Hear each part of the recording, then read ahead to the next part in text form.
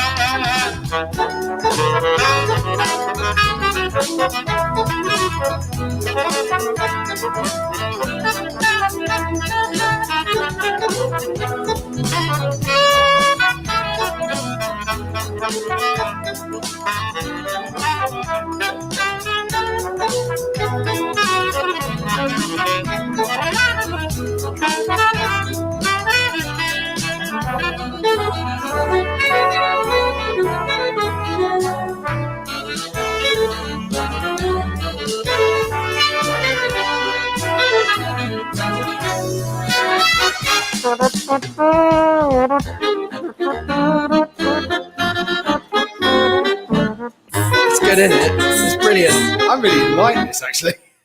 Yeah, that was Baby Carrot by Jacob Mann Big Band. Jacob Mann Big Band. Yeah, no. But Is that his name? Yeah, that's his name, Jacob Nice. Mann, and he called it the Jacob Mann Big Band. It's brilliant. I quite like that. Yeah, no, it's good That is vibes actually- all it around, is isn't it? very good We're having a feel-good little vibes. jam here, like We need a little bit of feel good. Let's be yeah, honest, because the way things are going. as many people will know, we have been placed into another national lockdown, something which Correct. Boris Johnson said he would only be a nuclear option. So the man's gone and pushed the nuclear button. Oh, great. Yeah, exactly. And there's plenty of stuff to watch out for. As the U.S. election, America has started voting, Yes. like on voting day. It's the last day for people to vote. Although 93 million Americans have actually already voted in some form, either mail absentee or mail-in voting or early voting. Okay, so yeah, I mean, Yeah. they're saying it's going to be one of the closest run elections of all time. Isn't Yeah. it? But then they say that every year, don't they? Which is Well, always I fun bit. mean, but the thing is that Biden has had a significant lead, and the difference was between him in 2016 with Hillary Clinton is that he's outside the margin of error. That is something which is very key here. So in 19 out of 20 scenarios, Biden should win. So there's a 1 in 20 chance that Donald Trump could win. I mean, well, actually, it's funny you say about odds and stuff. Do you hear that someone's actually put a $5 million bet on Trump to win? Apparently, it's a five. Now that's either you've got utter faith in this guy, or You know something. you know something behind the scenes. Maybe you've got some sort of Russian backing or something. Yeah, like that. you know something that we don't. Yeah, I.e. Vlad's going. Vlad's at the Kremlin going. My friend, go and put this bet on. Yes, go. How much? About $5 million worth. Do it like that. Because I mean, that is a lot of chutzpah to I do mean, that. something I've been very interested in is the electoral college, because obviously in the US they say it's a direct democracy, but actually it's a representative democracy. Yeah. In that voters do not vote for the president directly; they vote for the electors to go and choose the presidency, which is why the presidency. In America, you can lose the popular vote. It happens here as well. Yeah. We have a representative democracy, not a direct one. So yeah, basically, because we don't pick the prime minister, we pick Yeah. the MPs, and then it's the majority of the MPs for that party then Yes. pick the prime minister Yes. and become the ruling government. don't they? Exactly. And Boris didn't actually win he didn't win more than 50% of the vote. So Yeah. he won the popular vote, but he didn't win the popular Yeah. vote. It was also he got less than 50%. Well, and and still quite a few became people prime also, if minister. I remember correctly, actually dropped out. Am I right? Wasn't there like 4 people, including Boris, who actually ran for PM and they dropped out originally when Theresa May resigned? Yes. That was the Conservative leadership. I was That's it. talking about the 2019 election. Ah, beg your pardon. Yeah, yeah. But again, it happens in the other election as well. Hmm. So, the thing I find very interesting about this, and I'm just trying to find an article here because there's a brilliant, here we go, the Electoral College calculator from the Financial Times. Now, recently they've been predicting that Joe Biden would win 279 Electoral College votes. That was very likely. So he's got, Joe Biden is polling a solid 203 electoral votes in I'm not going to count that, but many states. Yeah. He's leaning with 49 electoral votes. The toss-ups are Texas, Florida, Ohio, North Carolina, Arizona, Iowa, Maine District 2, Maine District 2 as well. But Donald Trump has a lot less solid polling results in Texas, Alabama. It's always funny as well because like with Florida, every time there's an election, Florida is always the key state they go to and go, oh, it's a big swing one. I mean, like the whole thing back in 2000 with George W. Bush and the amount of aggro that caused. Yeah, exactly. So and they still go back to it sort of 20 years on. Interestingly, these swing states, Texas and Florida, have always traditionally been Republican. Yeah. They've always voted red. Never before has Texas and Florida been up for play. What I think will happen, though, and my prediction is, Cleveland, Ohio. I was reading the other day is that Cleveland, Ohio is such a diverse state in the US that a lot of companies do all their polling there. So they do like testing of products there because they understand because of the demographic makeup of Ohio. Yeah, it's mostly sort of big Polish contingent there, isn't it? If I remember correctly. But it's also got like a lot. Ancestry, I should say. It's very diverse. Yeah. So it's the most diverse place in America. So lots of companies do their polling there because they understand it will translate to the rest of America.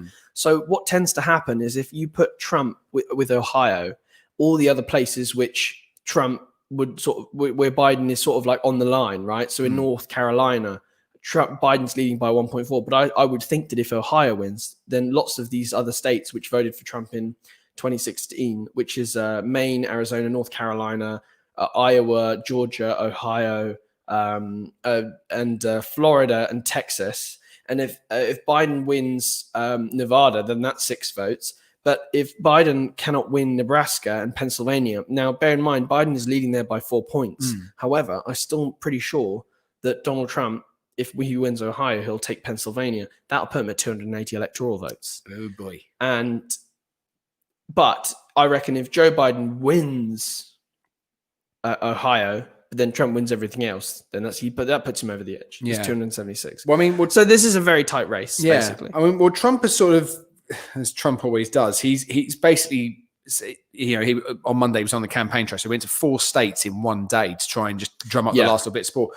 And he actually, when he was in North Carolina, I've got a quote here saying that he told supporters that next year will be the greatest economic year in the history of our country. Donald Trump said that. Trump said that, yeah. There's actually, and the interesting thing is, now this I didn't realize. So obviously we bash Trump a lot. Yeah, I would say we do a fair degree of that. Yeah, I mean, we have to be impartial, obviously. Yeah, so we do balance it out with, he has actually provided quite a lot of jobs. Yeah. And while the economy wasn't, destroyed, it was doing pretty well. Yeah, I mean, it actually says that the US economy saw a record-breaking 33% growth in the third financial quarter of this year. Yeah, following a record 31% contraction in the second. So he's record growth too, this record growth is nothing special. It's not down to Donald Trump. This was going to happen anyway. Yeah. The UK has had some record rebound. It's because manufacturing is now reopened. It's because once you have a sharp contraction, you're going to and you're bouncing back. Likely everything going to hopefully return to normal. Yeah. So the bounce back is always going to show very high rates of economic growth. It's nothing special. It's going to happen anyway. It's not down to Donald Trump. Yeah. I mean, it's just interesting that it has sort of. I suppose if you look at it, it's come back at like a positive of 2%, like a 2% increase on that, which is good to hear anyway. So, but it's just quite interesting that I mean personally, I think this is going to be closer than sort of I personally worry that this is going to come down to the Supreme Court. Yeah, with a lot of mail-in ballots and lawsuit cases, and Joe Biden will lose due to that. Or if he gets in, 6-3 majority, or if Conservative bench. Well, or if he gets in, there's the other sort of elephant in the room, which is going to be is he mentally stable? His mental health. Is he going to do a year? Is he going to have to give it up to the vice president? We just don't know. You know what I would hope is that Joe Biden takes 2 years, gets the Democrats to the midterms, and then sort of resigns. Because I personally think his mental decline is somewhat of an interesting thing to talk about. Yeah. And then from that, Joe Biden will then resign and Kamala Harris will become the first female black president. Yeah, which would be a real interesting turn of events. So Yes, it would be. Maybe. I mean, I don't mean in a horrible way. Maybe they kind of orchestrated for that to happen. You never know, because Obama was popular. Yeah, I mean, then, a lot of presidents choose their vice president on the assumption that they could die. Yeah, because that person will assume the presidency. Yeah, so they can't choose anyone. But Mike Pence is so boring, man. Well, I mean, if you believe Spitting Image, he's a great man with horns like coming John out Major exactly. back in the 90s. Yeah. Still one of those bits that's made me laugh. I mean, we were talking about it just before we came in the studio about the whole the Spitting Image sketch of how to vote for Donald Trump in 5 easy steps, and it's like, make sure you vote for me twice if you. The thing is, interestingly, it's funny that you mentioned that, because Donald Trump has seriously been saying some strange things in his last. Well, I mean, I don't know. He's had 4 years of previous experience. Yeah.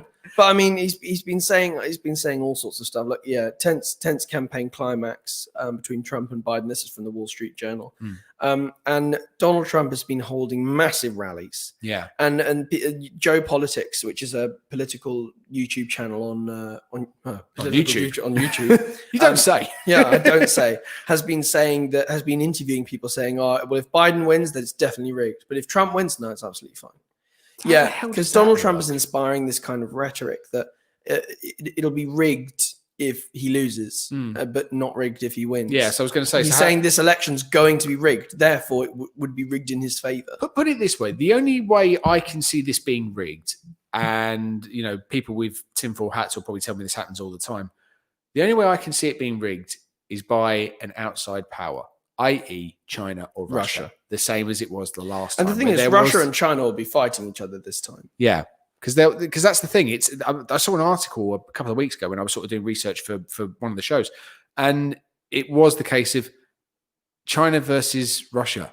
Who do they want to win? And it's like, well, why do they have to get involved? I mean, the fact is, because they're serving their own interests, aren't they? Yeah, I mean, that's the only reason they're getting involved. But the fact is, whoever wins is going to have to do trade with China and with Russia anyway.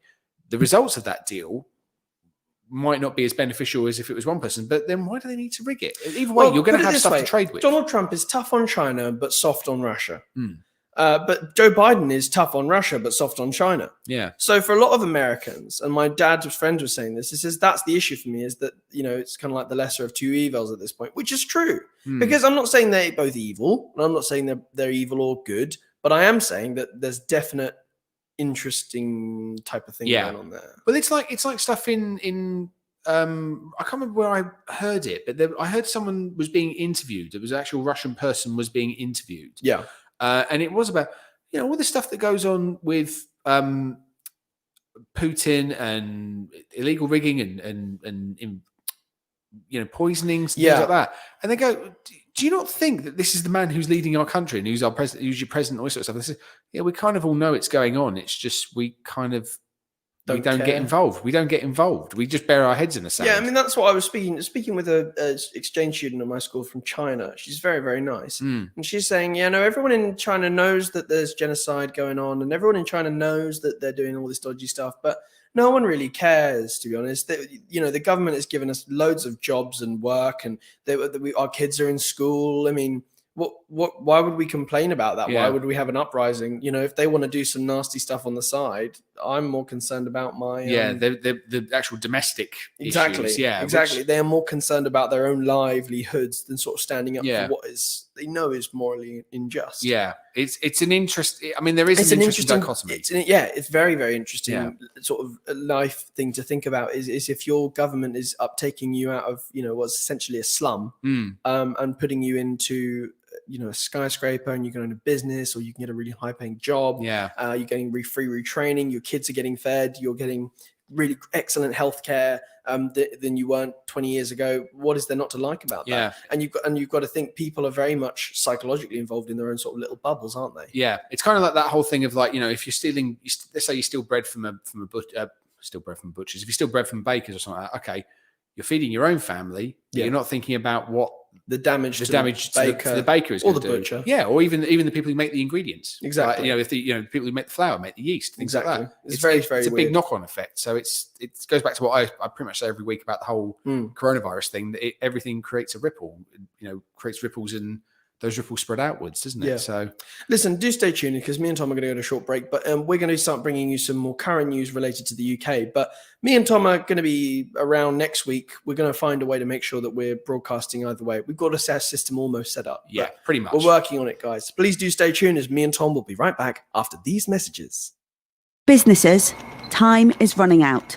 Starting on the 1st of Jan, anyone who deals with Europe will have to follow new rules on exports, imports, tariffs, data, and hiring. I know we've all got our hands full right now, but basically, if any part of your business crosses borders, you need to do something about it now.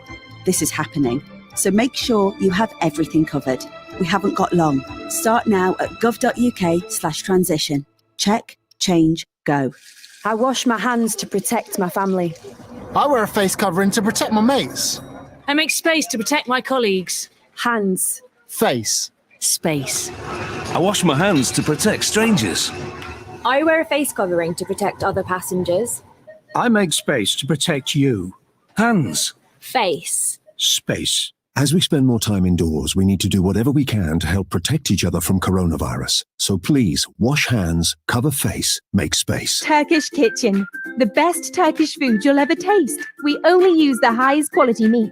Along with our mixed grill platters, we serve cold mezes, hot mezes, lahmacun, and a wide selection of fish options. To order for delivery or collection, call us now on 0208 507 8822. That's 0208 507 8822. Or visit us at 41 Ripple Road, Barking, IG11 7NT. We can also take group bookings and take care of all your party needs.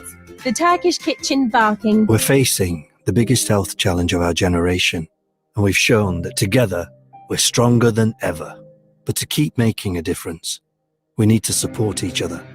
If you're a man and you've had coronavirus recently, then you might just have the antibodies to help save lives in your blood plasma.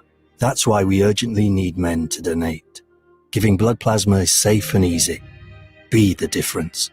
Search Donate Plasma or call 0300 123 2323 today. The new NHS COVID-19 app immediately shows me the risk of coronavirus in my area, so I can warn Mel. It lets me quickly check into venues with a QR scanner so I can protect Alid. It tells me fast if I've been in contact with other app users who have coronavirus, so I can alert Emma. It helps me protect all my loved ones, even Auntie Sue. The more of us who get the app, the better we can control coronavirus. Protect your loved ones. Get the NHS COVID-19 app. Download now at Google Play or the App Store.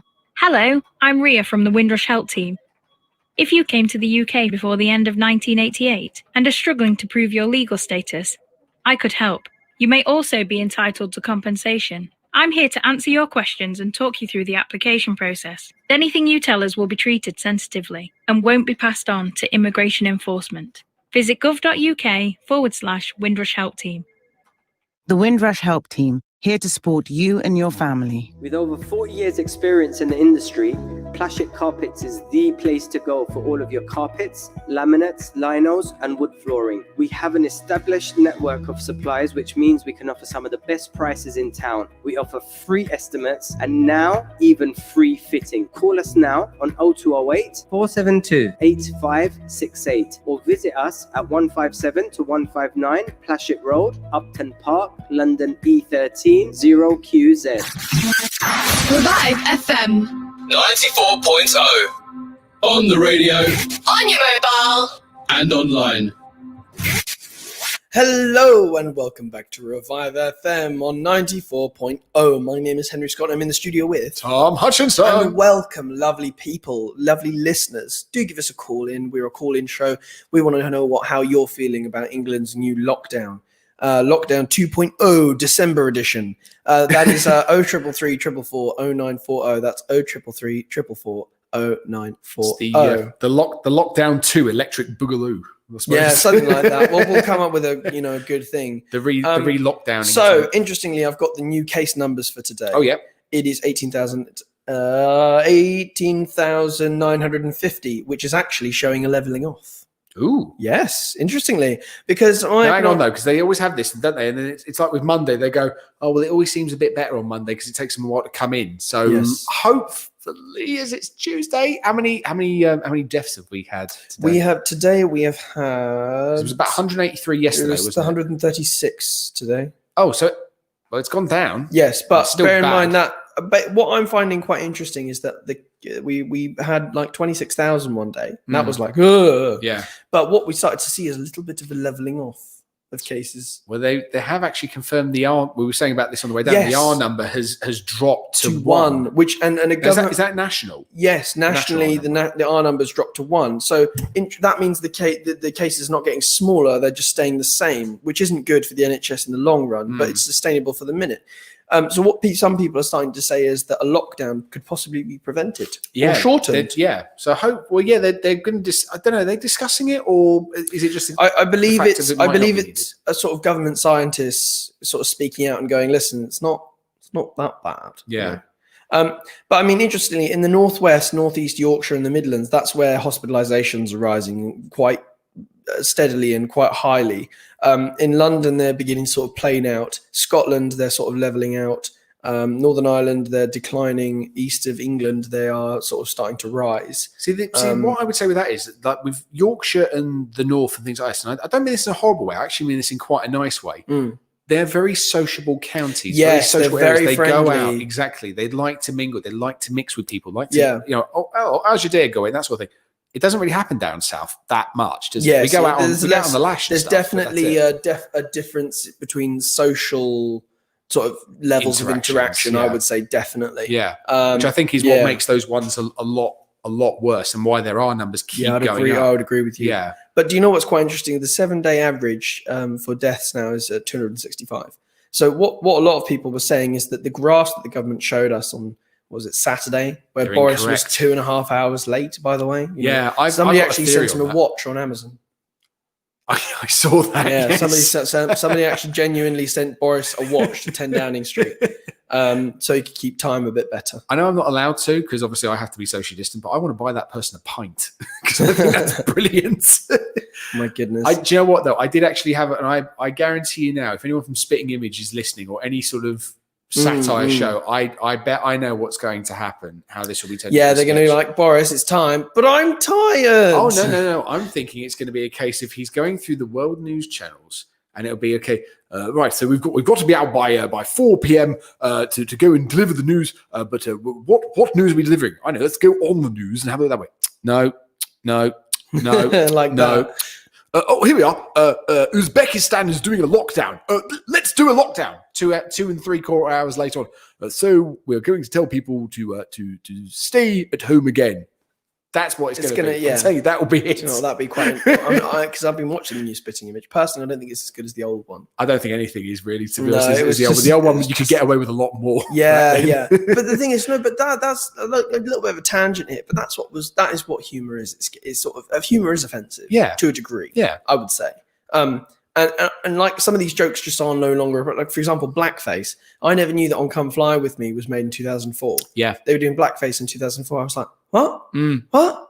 And this doesn't fit. Yeah. And even now it's like, I mean, don't get me wrong. I enjoy Come Fly With Me. I used to like Little Britain, but you look at it now and you think you can't really bring it back. I know like Little Britain, they're actually talking about bringing back to Netflix. Yes. But they're not going to do blackface. They're not going to do this. But the other interesting thing now is like, how are you going to do the whole Daffy Thomas, the only gay in the village thing? Because Pride was still going on in sort of the early 2000s, but it really came into prominence. Now. Yeah, but like it came to prominence in sort of the later noughties, didn't it? Yeah, I mean, sorry, we've got to go back to coronavirus. Really. Yeah, sorry, we're off on a tangent again. Yeah, but I mean, realistically, so the BBC gives us quite a well measured report. So what I find quite interesting is that. So the government changed its definition of what is a coronavirus death, because the death toll was around 47,000 in August. Yeah. Then they changed the definition of what was a death from coronavirus to deaths within 28 days of a positive result. I.e., that person gets put Gets hit by a bus, but they tested positive for coronavirus. No. The person goes into hospital, is put in a coma because of coronavirus, and doesn't wake up, essentially. Right. And that is because it's just the damage is irreparable. Yeah. Coronavirus has killed them, but they died because they died after 28 days. It's not technically a coronavirus death. Right. Yeah, I was very annoyed at that reclassification of definition as well. But I'm sure I would hope there's some sort of measured reason behind that. However, so the BBC has given us this great thing. They've got deaths within 28 days of a positive test result, which the death toll is now at 46,853. Death certificate mentions COVID-19, 60,051. Yeesh. Deaths over and above the usual number at this time of year, 67,824. And I would say that extra 7,000 on top of that mentioning would be related to people who've not gone to hospital, or extra suicides. They're not counting anything psychiatric now, are they? Yeah, so any psychiatric wards are not counted as part of coronavirus. Statistics. Because what they're doing is, what the BBC have essentially give us here is deaths this year, which are just above the 5-year average for the last 5 years. Yeah. So I mean, supposedly UK government's Office for Science says that the R number ranges between 1.1 and 1.3, but new data from a government scientist who spoke out suggested it's at 1 or less. Okay, which is interesting. So we'll be intrigued to see what happens over the next couple of days. And obviously, if lockdown does go ahead, which, let's face it, it's going to happen. It's going to happen. It'll just be for how long for? Exactly, which will be very interesting to see. I mean, well, there was actually something I saw. I think it was a tweet from the Office of National Statistics. Yeah, the ONS, my favourite place to look at. Oh, NS. Sorry. NS? National Statistics. I was trying to make it sound like NES. Oh, NES. ONS. Oh. Anyway, but they did a similar sort of thing. Sorry, I've really ruined it there for you. It's been a long day. Yeah. It has been a bit, hasn't it? I know. It's been a long year, isn't it? And we're not finished yet. This has been the slowest, fastest year on the planet. It's still the year that never was, really, is it? I mean, I think everyone's going to do the whole Angel Nieto thing. The thing is, what I don't like is people keep on going on about 2021 is going to be my year. No, coronavirus doesn't expire on New Year's Eve at midnight. No, it starts.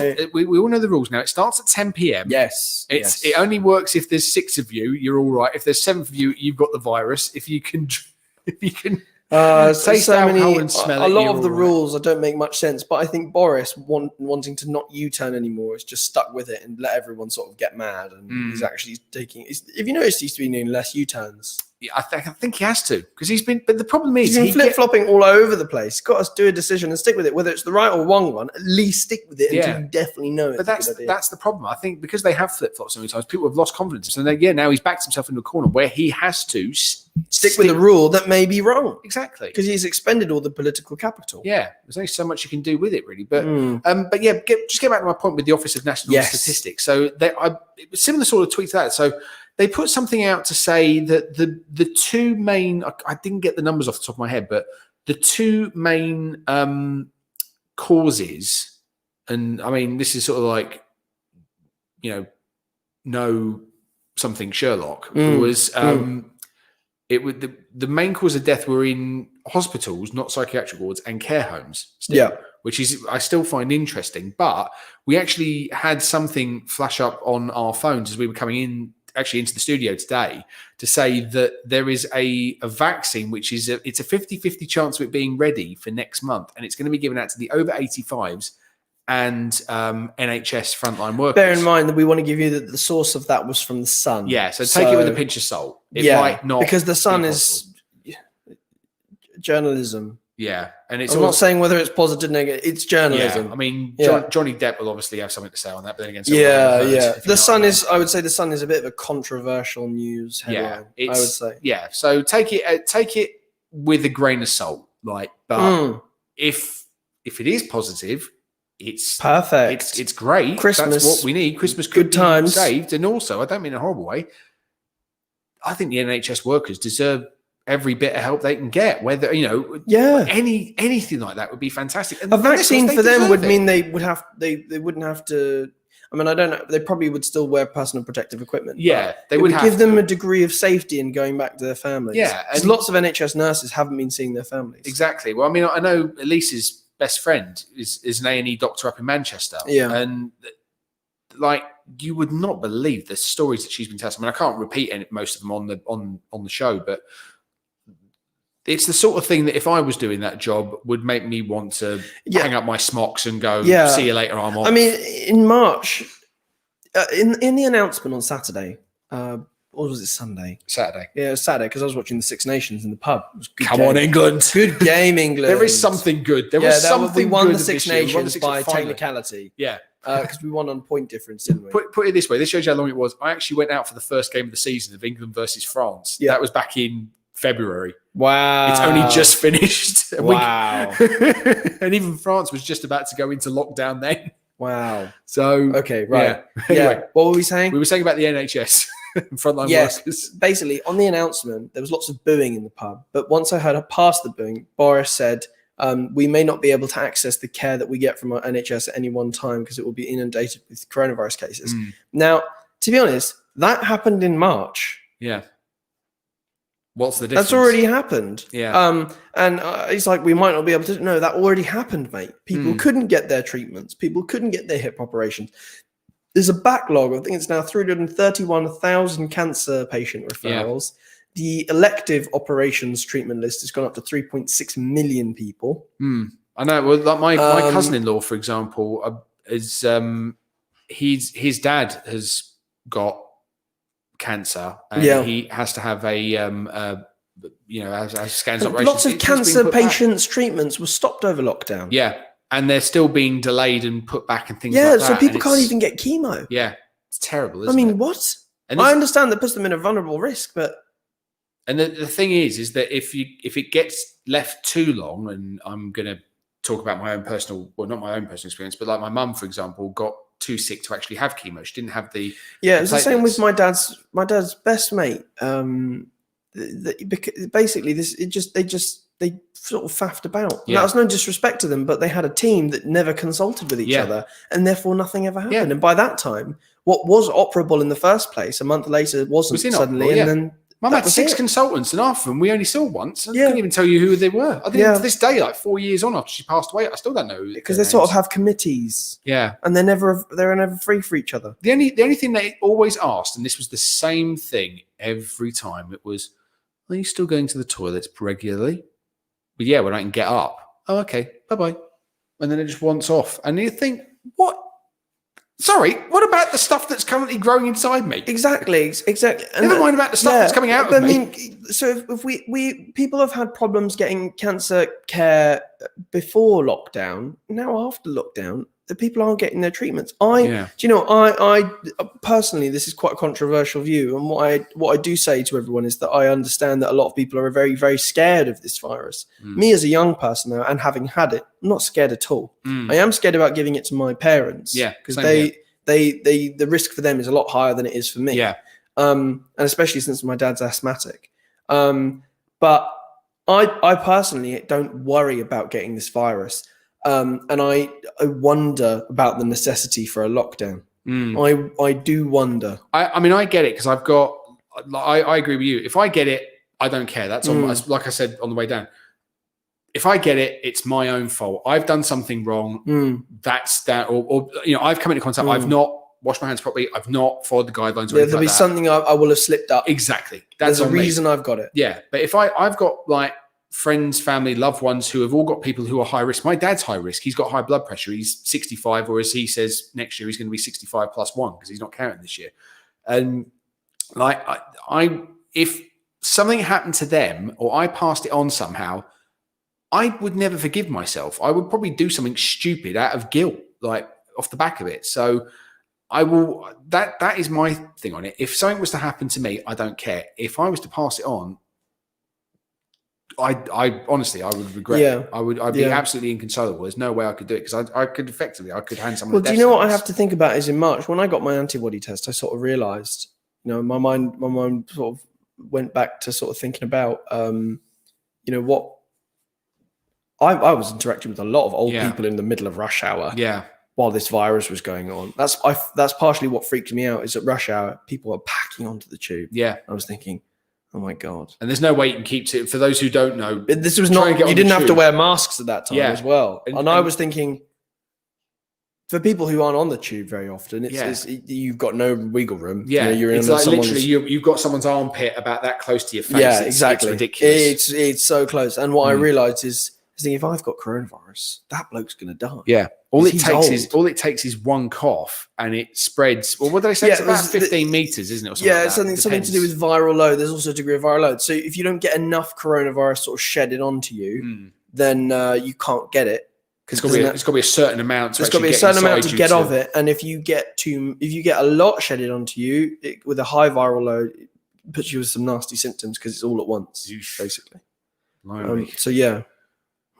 So hopefully, to put it in context, if anybody's actually thinking of going out and doing a late night cricket match like they did in London on Saturday night. That was quite impressive. I mean, recklessly irresponsible. Exactly. But ingenuity of British people to sort of make stuff into cricket. But I know. But this is the problem, isn't it? This is how we got into lockdown in the first place. We love to break the rules. I know. We love to not listen to people. Well, if everybody likes to sort of stay in a lockdown and enjoy doing 2 meters and having to queue up outside a supermarket for 3 hours a day in the rain, how about it? Keep doing it. Sort of speaking of the rain, we've got to make it rain by paying the bills. So I know I was waiting for you to say something. Sir, I must off my cactus, sir. Do stay tuned as me and Tom will be right back after this.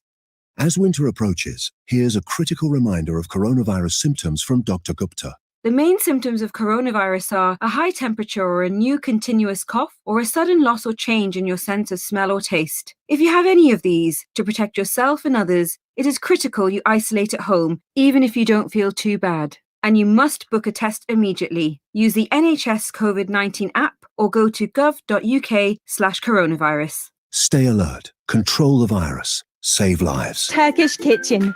The best Turkish food you'll ever taste. We only use the highest quality meat. Along with our mixed grill platters, we serve cold mezes, hot mezes, lamachin, and a wide selection of fish options. To order for delivery or collection, call us now on 0208 507 8822. That's 0208 507 8822. Or visit us at 41 Ripple Road, Barking, IG11 7NT. We can also take group bookings and take care of all your party needs. The Turkish Kitchen, Barking. Hi, I'm Ian from the Windrush Help Team.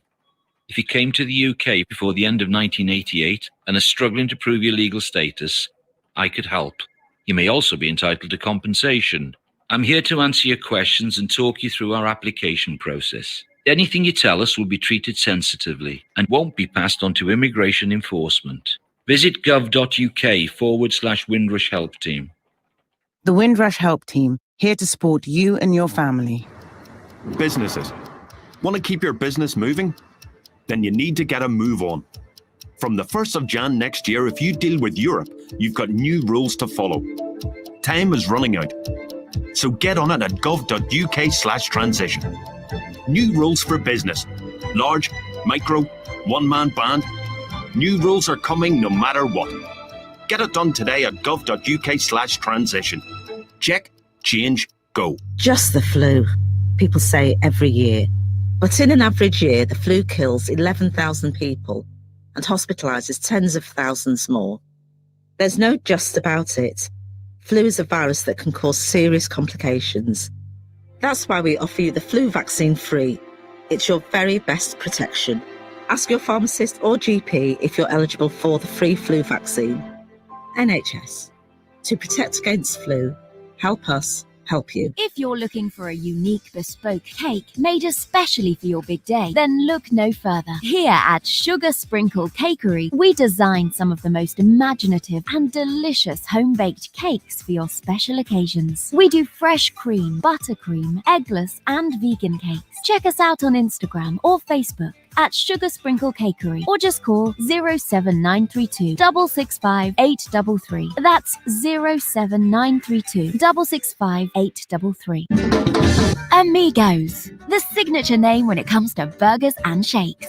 Our succulent burgers are prepared in front of you while you wait. Whether you go for our 6-ounce Mexican or our 10-ounce Texan, or you decide to go for our messy fries or our buffalo wings, one thing you're guaranteed is quality. Dine in with your friends and family at 400 Cranbrook Road, Gants Hill, or order in on Uber Eats, Just Eat or Deliveroo. Amigos, hats off to great burgers.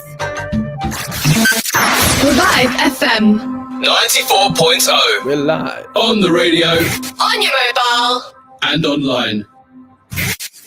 We're live on. You're listening to Revive FM 94.0. Remember, we're a call-in show, so if you are listening and you fancy to call in with your political opinion, or perhaps something that's really, grinding your gears and you want to get off your chest, that number is 0333 444 0940. That's 0333 444 0940. Yes. Now, we've got quite a bit to talk about real quick, but Tom, you have some news. I do, yes. It's about, funnily enough, you'll be shocked to hear this, it's about coronavirus. I know. Why break the habit of a lifetime? And that's really been it's like Brexit now, isn't it? I know, it is the new thing, isn't it? Coronavirus. What's going to happen next? Coronavirus. Lemmings. Coronavirus. That'll be the next thing. Lemmings next year. Lemsip. Anyway, onwards, sir. Other brands are available.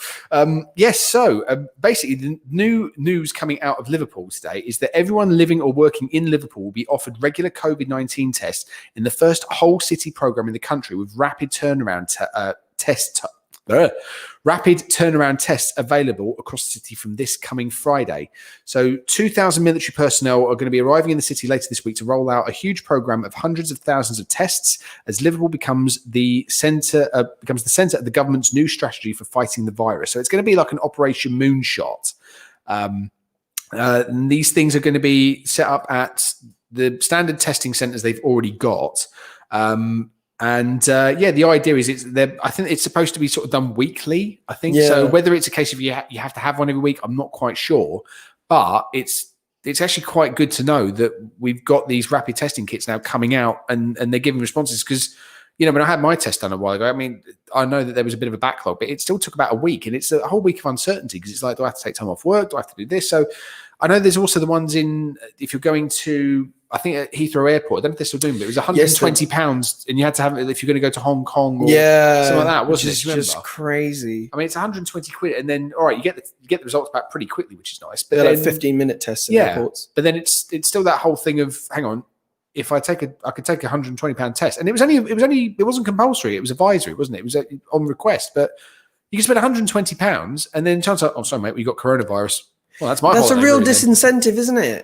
Because obviously, if you've got COVID, you'd rather just sort of get there and then go on your holiday. Yeah, but then this is the problem. This is how it spreads because people don't want to. It's not a very good incentive to self-isolate for 2 weeks, especially when statutory sick pay. It's like £98 a week. Yeah, it's not. It's dreadful. It's terrible. There's no way. I mean, I'll be honest with you. There's no way that'll actually cover my food bills, which is really, really shocking. It's terrible. Even if you're shopping at Lidl. Yeah. Or Aldi, or I don't know. Any other supermarket? Is Netto still a thing? No, but the cheapest ones are Aldi and Lidl, I find. Yeah. Well, have you seen they're actually creating brand new jobs as well, aren't they? I think they're thriving at the moment. I mean, Aldi, I'm sorry, if we had Lidl's checkout people running the test and trace system, we'd have this thing over in about 5 minutes, in my opinion. It's like Sonic the Hedgehog when you go there, isn't it? It's like, okay, yeah. They're knocking through your items, chuck a water bottle across the room. You're just shocked. It's like hitting the head with a watermelon the other day. It was like, so what happened there? Sorry, I just threw it too far. It's like that scene from Drake and Josh and Nickelodeon where they're packing up the pills and stuff. It's true. Yeah, no, it is. I don't. Well, they have to. Apparently, they have a target of hit to hit. I know when I used to work for Sainsbury's, I mean, this was about 2009, so we're talking about 12 years ago. I had to do, it was 19 items a minute, and you got to try and strike that balance between not overloading the shopper and making sure you hit your items. And then with Aldi, they're not bothered, they just want you out, and it's like, okay, this is going to be great. So speaking of coronavirus, right, go for it. So something that actually really grinded my gears, right, is so we had the whole thing with Andy Burnham sort of being like, chucked out of Downing Street and then given £20 million in funding to sort of handle job retention scheme and economic support. And basically it was all these places in the north that were being put under tier 3 restrictions, which doesn't offer enough economic support, which sort of like it was really bad. Basically, I thought it was a real example of the UK's democratic deficit, and democracy in a bit of crisis, to be honest. But something that really shocked me was that we've been putting all the northerners into lockdown. Wales goes into a lockdown. Scotland goes into a lockdown, and the devolved powers that be were said to the government, "Listen, we're going to go into a lockdown because our case rate's too high. Can we have some money for furlough scheme, please?" And the government was like, Nah, sorry, mate. Yeah. We've got no cash. We got nothing. We have nothing. Yeah. And then I thought it was so disgusting that the government extended the furlough scheme because they thought, Southerners' jobs are at risk. The sort of the economic boomtown that is Londinium could be suffering. Could suffer. God, that would be bad. I thought it was disgusting. How long do you think it's going to be before London becomes an independent state? That's going to happen. Personally, do you know what? I'm coming to the mindset that the UK needs federalism. England needs to be divided up into some regions.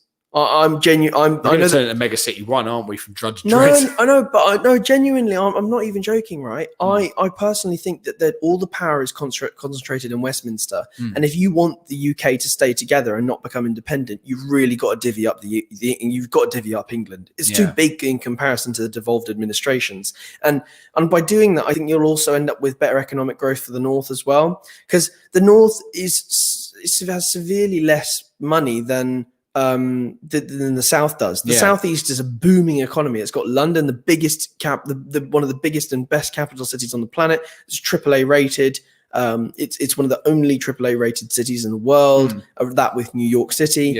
And the wealth disparity in the country is just huge. I think it's time for us to sort of realize that England cannot be its own devolved administration. It's got to be divided up, and we need federalism in the UK if we want to protect the union. Do you know what's funny? As you're saying that, I can just hear the bit from, and this is going to sound really stupid, from Star Wars. You know when the Emperor's, I think it's in the first proper movie, New Hope, and they go, the Emperor has dissolved the Imperial Senate properly. It was like a puppet government sort of thing. So they said, how's he going to maintain control of bureaucracy across the whole galaxy? And he goes, regional governors now have direct access to their territories. Fear will keep the local systems in line. Yeah, exactly. It sounds like Dominic Cummings I have no idea. I can't do a Peter Cushing impression. There's a bit of fear of this battle station from their hexagonal pods. But I mean, maybe that's it. Maybe we need to sort of have, MPs, I don't know, do we have too many of them? But then I suppose it's, if you've got big constituencies, let's say like, for example, you get the whole of, I don't know, let's say you did London, Kent and Essex. It's got to go through one MP or one elected governor or whatever. Is it going to work? What I'm saying is you get rid of England as a nation, right? Right. And you have Northumbria, the Midlands, and Essex, and you have those people with local governments like Scotland has, with their own house and stuff and electors. Yeah. And maybe perhaps Essex is its own thing because Essex is massive. It's one of the home counties. Yeah. But there's got to be a better system than we have now. Because right now it just seems like Boris is the Prime Minister of the UK. Yeah, which is obviously England, Scotland, Wales, Northern Ireland. But he only sort of can control England because Wales, Scotland, and Northern Ireland really run themselves economically. So you think maybe he needs to be more like the Prime Minister of just England? I think we need to move to a presidential system in this country because we can't be. And forgive me, let me know if these are words which extending beyond because they are quite politically charged words. Is that we're a pluralist democracy, i.e. there's a separation of power and you've got the executive, the judiciary and the legislature. Yeah. And the legislature is parliament, the executive is Boris, Prime Minister. Now in this country, in the US, that would be the president, the Congress, the Senate and the Supreme Court. In this country, we do have a Supreme Court. They cannot actually strike anything down. All they can do at most against the law is make a declaration of incompatibility with another law. So if we're like, if the Human Rights Act, if there's a law in the UK which says you can't kill people, and then the government passed a law saying you can kill people, the Supreme Court couldn't stop that. All they could do is say, mate, you can't do that. It conflicts with this other law, right? And that's just obviously a really silly example to make it blatantly obvious how it works. But we need.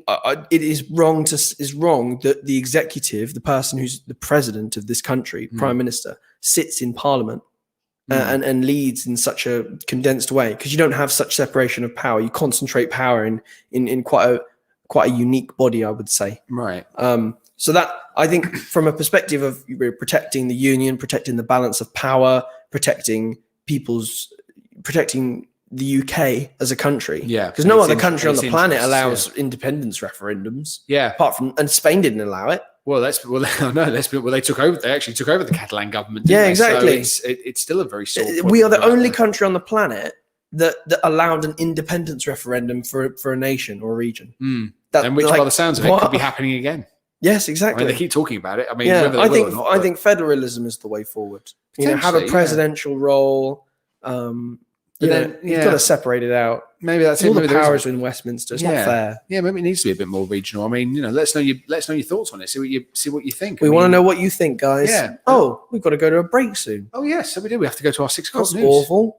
I know. It's Oh. true. I'm actually really getting We're getting involved into the in this. conversation here. This is where we Do you start think to write. federalism would be a good idea? I don't know. I'll be honest with you. I don't know.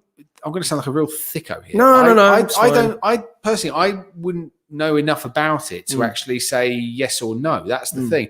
I do think that maybe we need to look at the Union of Great Britain. I think, like you say, where Scotland, Wales, Northern Ireland have their own governments and their own political parties and things like that. Maybe we don't need to have one prime minister to sort of rule them all for a Lord of the Rings sort of term. Maybe we need just a prime minister of just England. That's been suggested actually. Yeah. But listen, we've got to go to a quick break. So everyone, do stay tuned as me and Tom will be right back after these messages. Thousands of people who suffered sexual abuse as children have now been heard. It was wonderful to be finally listened to. The Truth Project, part of the independent inquiry into child sexual abuse, will close in 2021. But for now, we're still here to listen, to hear your experience, and help create a safer future for children. Search Truth Project. Through Minhaj Welfare Foundation, your giving saves lives. Your support has provided more than 3 million people with access to clean and safe water. Emergency relief in natural disaster and crisis-affected areas around the world. Supported orphans and needy children with a better future. This year, your help can do more. Donate your zakat, sadaqah, and charitable donations to any of your chosen projects. Call us now, 0300 3030 777, or visit us on minhajwelfare.org. I wash my hands to protect my family. I wear a face covering to protect my mates. I make space to protect my colleagues. Hands. Face. Space. I wash my hands to protect strangers. I wear a face covering to protect other passengers. I make space to protect you. Hands. Face. Space. As we spend more time indoors, we need to do whatever we can to help protect each other from coronavirus. So please, wash hands, cover face, make space. Nikah, talaq, counseling on matrimonial disputes, Islamic wills, Islamic law of inheritance, or an Islamic verdict on any other issue. The Muslim Sharia Council is at your service. We provide official certification, and our experienced and highly qualified imams are available to provide you with guidance when needed. MQI London is based at 292 to 296 Romford Road, Forest Gate. We are open from Monday to Friday, 2 to 4 p.m. or alternatively, call us now on 0208 257 1786. Thinking about selling or letting your home? With Maxwell Estates, you don't need to look any further. Well established with over 15 years of experience, Maxwell Estates are specialists in residential sales and lettings. We manage over 200 properties in and around Northwest London, keeping our landlords and tenants updated with all the latest laws and legislations. Based in Edgware, our experienced specialist negotiators always ensure we maximize the full potential of your property. Call us now on 0208 952 0808 for a free no-obligation quotation, or visit our website www.maxwellestates.co.uk for further information. Maxwell Estates, the name you can trust. I came over from the Caribbean on my mother's passport in 1962. So when my right to live here was questioned, it broke me. I was afraid, and to be honest, I was skeptical about calling the Windrush Help Team. But my husband persuaded me, and I'm so glad I found the courage. The team have been really great. Now I've got the right documents and compensation too. It doesn't change what happened, but it helped. To find out if they could help you too, visit gov.uk/Windrush Help Team. As winter approaches, here's a critical reminder of coronavirus symptoms from Dr. Gupta. The main symptoms of coronavirus are a high temperature or a new continuous cough or a sudden loss or change in your sense of smell or taste. If you have any of these, to protect yourself and others, it is critical you isolate at home, even if you don't feel too bad. and you must book a test immediately. Use the NHS COVID-19 app or go to gov.uk/coronavirus. Stay alert. Control the virus. Save lives. Revive FM. 94.0. On the radio. On your mobile. And online.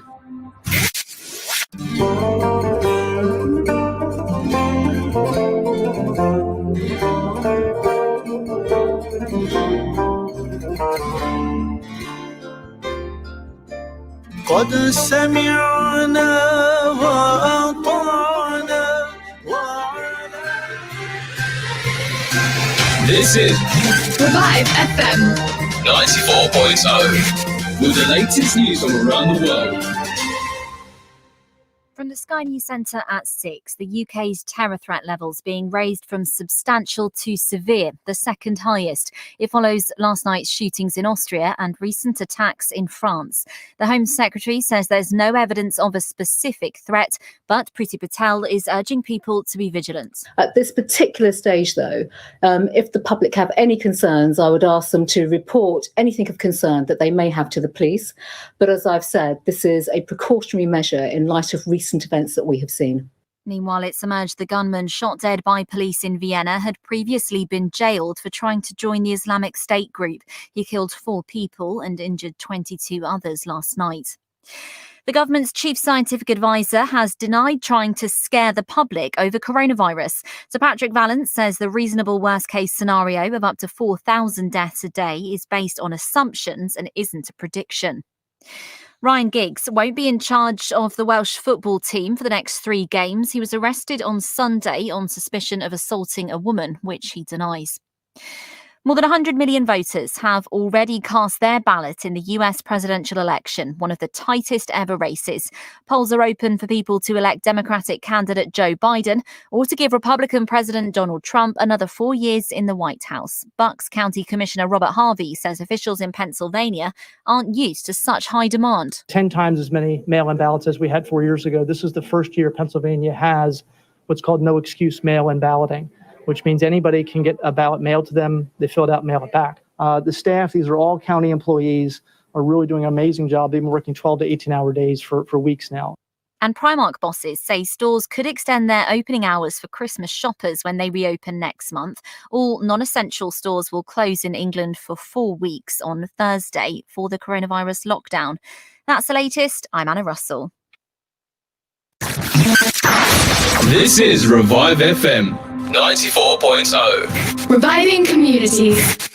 The views expressed on this program do not necessarily represent those of Revive FM or its management. Hello, everybody. It is hour 2 of your Tuesday drive time. It's our last show before lockdown. Why do I sound like a proper radio DJ? This sounds very odd. But anyway, my name is Thom Hutchinson, and I am joined here in the studio by my amazing co-host, Henry Scold. That's him. That's him right there. Now, Thank you very much, sir. That's all right, sir. Now, we were teasing this at the start of the show. So I think we were teasing stuff. We were teasing. Yeah, we are teasing on the radio. That's what were we do. teasing? We were teasing about what's going to happen from next week, because obviously, for those of you who don't know, obviously we are going to be in lockdown next week.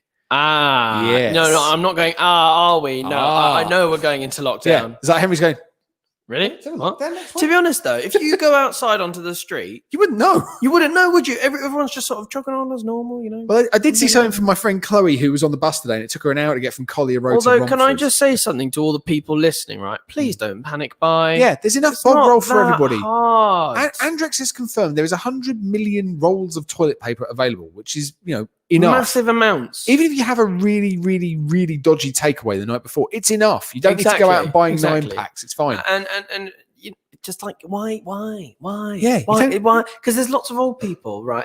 Does nobody remember seeing those like really heart-wrenching photos of those old people who would sort of like look at the supermarket aisle and it would just be empty. It's empty, yeah. No pasta, no flour. Guys, chill. Just think. There's enough food for everyone. Yeah. The reason why there's panic buying and why the stocks are running empty is because people are panic buying. Yeah, exactly. Because then everyone goes, "Ooh, well, what if everyone starts panicking? Well, I better panic buy." Exactly. Well, I'd better there's buy no because then there won't be need enough to for do me. it. Exactly. There's no need to do it. Come on, let's remember Everyone the needs to be chill. kind thing. Remember the be kind thing from the start of the year? Remember that? No, well, I swear that was because Caroline Flack died. Yeah, but then it kind of went on to everything else, didn't it? It was like, oh, can't be Well, kind. I mean, everyone sort of, I hate to say it, right? But jumped on the bandwagon. This is going to be quite cynical of me, but when a celebrity dies, everyone goes, "Oh, be kind, guys, be kind," and then everyone just forgets. Do you know the scary thing is, and I suppose I can say this now, it's tragic. Well, it was tragic. I mean, I always liked Caroline Flack. I always thought she was, when you see, all right, I didn't know her personally, but I see her on the TV and she seemed like a really bubbly, lovely character. But it goes to show you don't know what happens with people. But her flat actually is 2 streets away from where I used to live. It's an old converted boarding school or high school. And they've turned it in, it's called Scholars Place. And I actually, when I was looking for properties, because obviously as everyone knows, my house is on the market now. Well, not anymore. But sold it. That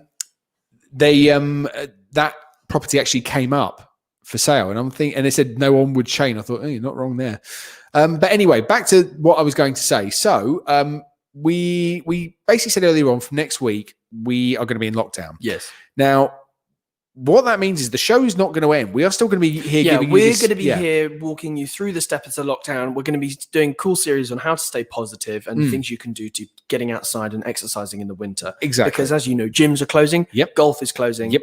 In fact, anything that of mild enjoyment activity is closing. Yeah. Despite some of these activities being incredibly low risk. So whilst calling for certain services to be kept open, I'm still going to say to people that we need to, we need to advise people how to stay positive, because that's really key during this time, because mental health is incredibly important, especially during the winter. Exactly, yeah. Because mental health suffers in the winter more. Yeah, because there's no vitamin D coming from the sun, because there's lack of it. So what we're going to do, we'll just let everybody know, we are still going to be here. Well, one of us is going to be here every week. The other one's going to be doing it virtually. So next week, Henry's going to be here in the studio, pressing the buttons and operating the machinery that makes it all happen. And Tom is going to be magically at home, waiting to broadcast with us all together. So while he sits at home, I trudge on in here. No, I'm joking. And next week, there's going to be, and the week after, there's going to be no show, because I'm going to be in here doing all the buttons, which basically means I'm going to press something and take us off the air for the next sort of 25. Very funny. Exactly. Very, I'm only very joking. funny. The next 25 minutes. So basically, we will still be here through lockdown. We think it's going to be a month. We hope it's going to be a Michael month. Gove has hinted that it could be longer. Michael Gove. I can't even look at Michael Gove now after Spitting Image. Yes, Michael Gove. Michael Gove. No, but he's like, Michael Gove. Yes. So we're going to be doing a month-long lockdown. Yes, and it's possible that it may be extended. Yeah, but we're not 100% sure on this. The Prime Minister and I have been having multiple conversations with each other, and we've worked out that the lockdown could go ahead longer, but it also may not. It's not bad, is it? I'm telling you now, we need to be doing a political satire show. We need to bring that up to the bosses. I'm telling you, we need it would work. Was that not a bad Michael Gove impression? I thought that was. I think it was really good. Although I don't know, because is he Scottish, or he's kind of Scottish, but he's been in London long enough, and also he used to broadcast for the BBC in the 1980s. I was genuinely shocked. I was watching BBC Archive on they had this show like The Future, and he was on it, and I was like, that's a really young Michael Gove. Michael Gove. It doesn't look right. No, it doesn't. It doesn't. Oh, but yeah. So basically, we are still going to be here from next week. So it will. One of us will be virtual. We're going to take it in turns. We still follow everything sort of social distancing and everything here. So when we come in, we've got hand sanitizer stations all over the studio. We could actually do the show together, but we've spoken to the bosses, and basically to minimize travel and things like that. We want to make sure that we're not contributing to the spread of the coronavirus. So one of us is very happy to stay at home, just in order to facilitate that. Yeah, I mean, because the quality, if I'm honest, I've got a Rode mic, you've got a Rode mic. Exactly, the quality's good enough. Yeah, we actually experienced that a couple of weeks ago when Elise had a car accident. So for those who don't know, I had to do the show. We say from my home studio, it was from my bedroom. From your bedroom. But which is technically the studio where all it happens. But I don't know what that means. No, but let's not get it. Let's brush over that one. Well, I meant to say it's kind of like let's just brush over it. I don't. It's like there's something quite this really, really morbid joke that Sean Locke made. He's like, it's like, Sean, if there's anything you could do, what would you do? It's like, well, Jimmy, if I could just reanimate all the leaders of the Nazi party, and Jamie Carver's just like, let's just leave it there. Yeah. Sean Locke's career, everyone. He's had a great career, hasn't he? That's just no, thank you. No, and he went on to say that it'd be very funny if there was a game show about it. But that's Sean Locke for you. Well, I mean, in fairness, the only thing that ever happens in my room is me watching an iPad, reading a book, and sleeping. That's about it. So it's. And going upstairs to get a smoke machine for my housemate when there's clients who want to be entertained with A unique exercise. I'm sorry, you need to clarify that those clients. sorry. Tom's career, everyone. He's been out on radio for about 6-7 weeks now. He's had a great run, hasn't he? Anyway, Tom, lovely having you in the studio. You even cut me off. Yeah, you cut me off before I even said it. No, basically, we need to make it clear that Tom's clients are a PT personal trainer. Elise's personal, his flatmate, Elise's personal trainer clients. Yeah, she is the Mancunian motivator. Who those who may or may not know, I've spoken about her many times on the show. To the point. Yeah, many times to the point of actual boredom. But she has clients, and those who've had a PT know what it's like. It's normally someone going, get down, give me 50. Well, hers are a little bit different. She likes to use smoke machines and disco lights and things like that. So it's kind of an all-round sensory experience. Fun. Exactly. Make fitness fun. That is the point of because as she says, life's brighter when you're orange. And let's be honest, it is, because we've got orange stuff in the studio here. But anyway, enough about that. So I tell you what, I've actually got a really funny political story to start with. Well, I say funny. It's part of it's funny, but part of it is like, I can't believe this is happening. So this is coming from Brazil. I mean, we all know Brazil, lovely Copacabana beaches and things like that, and a questionable government, shall we say. So a key ally of Brazil's president has been arrested after anti-corruption officers discovered a wad of banknotes in the underpants he was wearing. Right. What I always like about Brazil's president? This was a key ally of Brazil's president. Right. Okay, so, because they've had all sorts of nasty corruption stuff going on over there. Well, the president they is impeached actually, the other president. Yeah. Well, this new one is now vowing to clean up corruption. So, Bolsonaro. This one is. Let me have a look. Hang on. Bolsonaro is the current president. I think that's what it is. Yeah. Well, this is a senator, Chico Rodriguez. Head of Bolsonaro. Yeah. So police initially found £1,380 and £4,650 inside a safe in Senator Chico Rodriguez's house during a search on Wednesday. Exactly. It's like, hey, Chihuahua. He then asked if he could go to the bathroom, and according to the police report, an officer noticed, and I've got to watch how I say this without giggling because I am a child. Yeah. Noticed a large rectangular bulge under the senator's shorts as he walked off. And so he was like, what are you doing? Yeah, nothing. so and this is the words, quote, found inside his underwear near his buttocks were stacks of money totaling £2,000. Wow. When asked a further 3 times if he had any additional cash stowed in his underpants, the senator angrily shoved his hand into his underwear and retrieved more stacks of bills totaling another £2,500. The question I have is why, if you're going to be corruption, right? If you're going to be corruption, you're going to do corruption. If you're going to engage in corruption and stuff, why on earth would you bring it into the very place where you really easily get caught? I know, it's brilliant. But then this is the best thing. But then it gets even better, right? So he's just pulled $2,500 out of his underpants, right? Yeah. This is the next bit. A subsequent search turned up another £35. I don't even want to know where that was found. So, don't either, mate. I know. So he says he was targeted as part of an investigation into the alleged misappropriation of COVID-19 funds. Rodriguez said in a statement, "My home was invaded for having done my job as a lawmaker." Really? Getting resources for the state to combat COVID-19. I believe in justice, and I will prove that I have nothing to do with any illicit act. Mr. Bolsonaro won the Brazilian presidency in large part due to his vow to take on crime and corruption. But since then, his administration has been marred after his justice minister, Sergio Moro, resigned earlier this year, alleging the president had sought to intervene properly in federal police. There are also investigations underway that target the president's sons, who are also both lawmakers. Following the arrest of Rodriguez, Mr. Bolsonaro said, "We are combating corruption. It makes no difference who the person is." So basically, he could even shop his own kids out. I mean, the thing is, there's lots of corruption that happens in many places. I find that very interesting. Yeah. To be honest. I mean, well, I'm all right. Fair. I don't know the full story, and I don't know if this new president in Brazil is actually better than the last one. But I mean, like, fair play to him for actually shopping out members of his own government to do it, and potentially, by the sounds of it, even his own sons.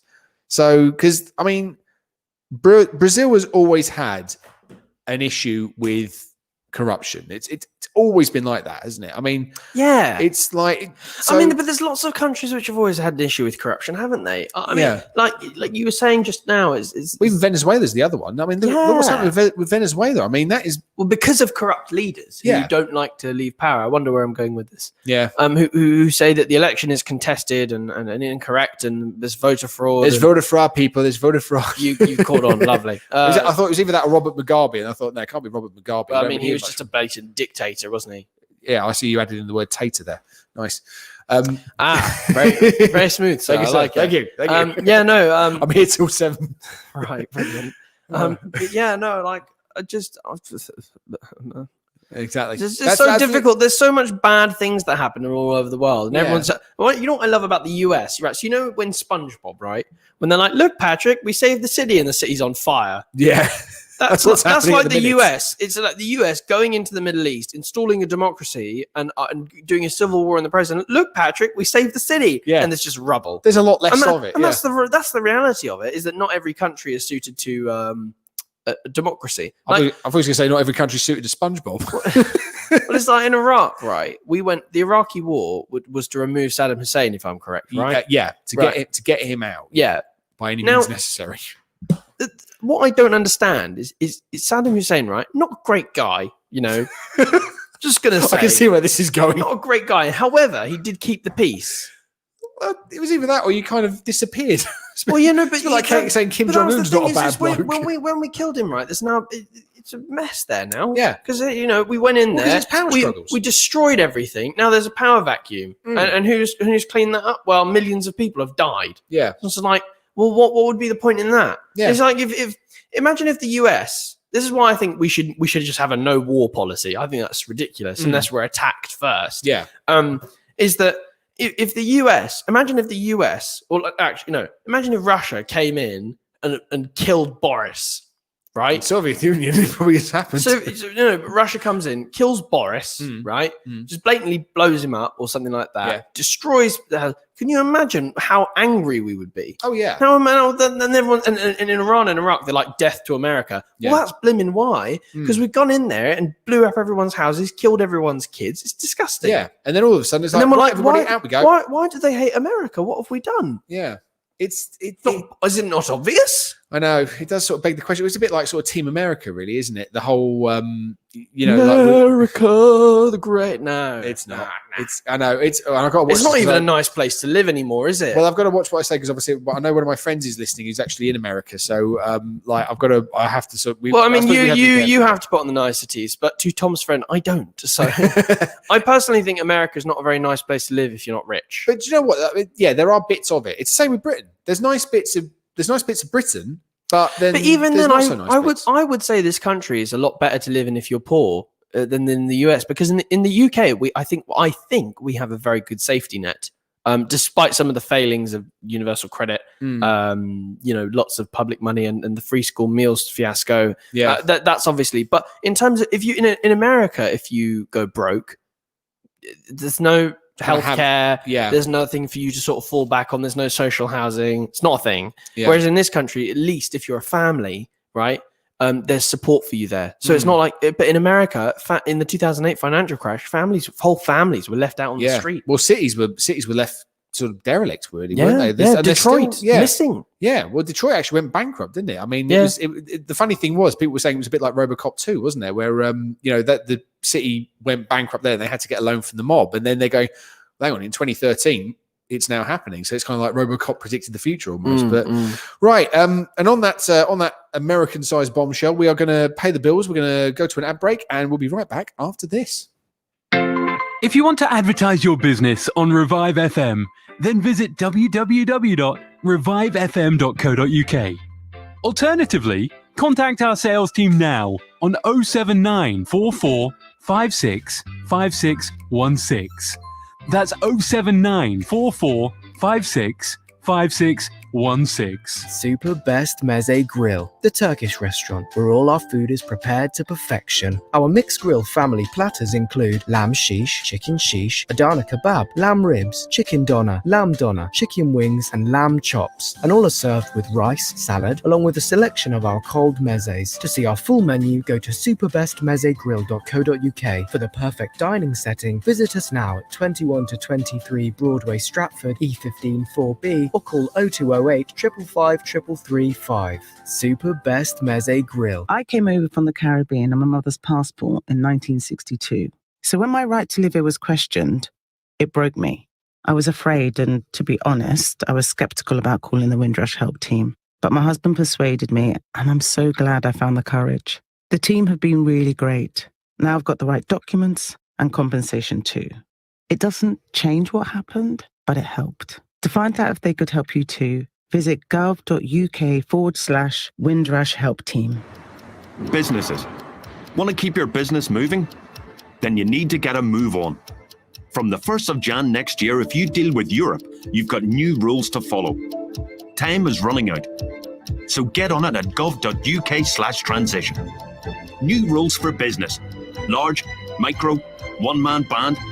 New rules are coming no matter what. Get it done today at gov.uk/transition. Check, change, go. Just the flu. People say it every year. But in an average year, the flu kills 11,000 people and hospitalises tens of thousands more. There's no just about it. Flu is a virus that can cause serious complications. That's why we offer you the flu vaccine free. It's your very best protection. Ask your pharmacist or GP if you're eligible for the free flu vaccine. NHS. To protect against flu, help us help you. The new NHS COVID-19 app immediately shows me the risk of coronavirus in my area, so I can warn Mel. It lets me quickly check into venues with a QR scanner so I can protect Alid. It tells me fast if I've been in contact with other app users who have coronavirus, so I can alert Emma. It helps me protect all my loved ones, even Auntie Sue. The more of us who get the app, the better we can control coronavirus. Protect your loved ones. Get the NHS COVID-19 app. Download now at Google Play or the App Store. Amigos, the signature name when it comes to burgers and shakes. Our succulent burgers are prepared in front of you while you wait. Whether you go for our 6-ounce Mexican or our 10-ounce Texan, or you decide to go for our messy fries or our buffalo wings, one thing you're guaranteed is quality. Dine in with your friends and family at 400 Cranbrook Road, Gants Hill, or order in on Uber Eats, Just Eat or Deliveroo. Amigos. Hats off to great burgers. Revive FM 94.0. On the radio. on your mobile. And online. Hello there. Welcome back to Revive FM. It is the second hour of your Tuesday drive time. And my name is Thom Hutchinson. And that person who was speaking over our jingles there was the amazing Henry Scott. That's him. He was like... Well, it's Henry Scott, not Henry Scout. Yes, I was going to say it's Henry Scout. Henry Scout. I say he's RP. When he's RP, he's Henry Scout. When he's not, he's just Henry Scott. But would you... I know what you mean by repeat pronunciation, but I'm just thinking like Henry Scout. Henry Scout. It's going to say, oh, yes, my name's Henry Scout. Yes, Henry my name Scott. is Scott Scout. Scott, yes. Don't know. Anyway, I think that's an irrelevant point. Bonjour, bienvenue à Revive FM. On 90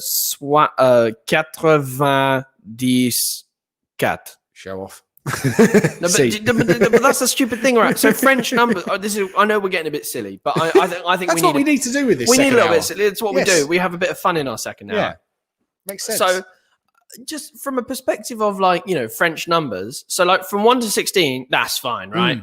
Absolutely normal, right? Yeah. And then 17 is 10 and 7. It's 10, 7. So it's 17, 18, 19, 20. And then so 20. That's fine. Back to normal, right? So then they go 20 and 1. Yeah. Why would you say 20 and 1 when you just go 21? 21, yeah. So there's a 21. No, it's 21. 22. 23. You look at, 25. It's so funny to actually see my sister who's been living out there now for, what's it now? It's got to be about 3-4 years. Yeah. She picked up French. She was good at French anyway in school, but she's now picked up French fluently after being there for 6 months. And to the point now that actual native French people think she is French because That's of quite cool. because of her pronunciation Ah. of certain words. And they go, "Are you actually English?" And she goes, "Yeah." And they go, "Wow, your French pronunciation is brilliant." That's why I always love there was this story when I first went there in 26. Well, I say when I first went there. When I first went out to see my sister after she moved out there. I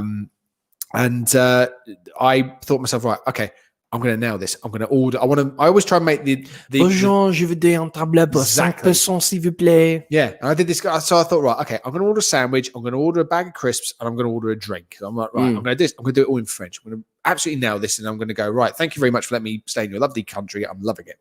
So I did the whole thing. Can I have ham and cheese, baguette? Can I have this, that, and the other? Bonjour, je voudrais un Exactly. jambon et fromage baguette avec what chips?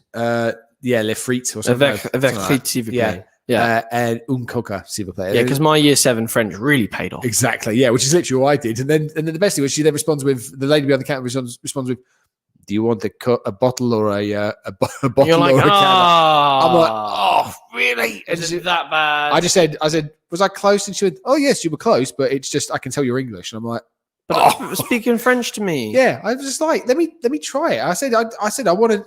I can always hear that old joke. If I want to make them feel like they're at home, they are at home. Like, but that's I always want to try and make the effort. I mean, I do the same when I go to Barcelona, and it's like, remember I used to go to Barcelona, and it's like I think, okay, I'm going to try and do it in Spanish. I think I'm going to nail it all in Spanish, and I think, hang on, no, I've got to do Catalan, which is more kind of French. Oh no, I'm stuck. Anyway, what I don't like about going to Barcelona is everyone naturally there speaks Castilian. Oh, really? Was that because they're from Catalan? Oh, I thought it was Catalonian. They speak Castilian. Oh, I thought. Sorry. I thought it was actually Catalan. I know Catalan is the designation for people, but I always thought Catalan was the designation for the language as well. Sorry, Catalan is the designation. I mean, people they wouldn't say they're Spanish; they'd say they're Castilian. Oh, which right. is my bad. You correct me there.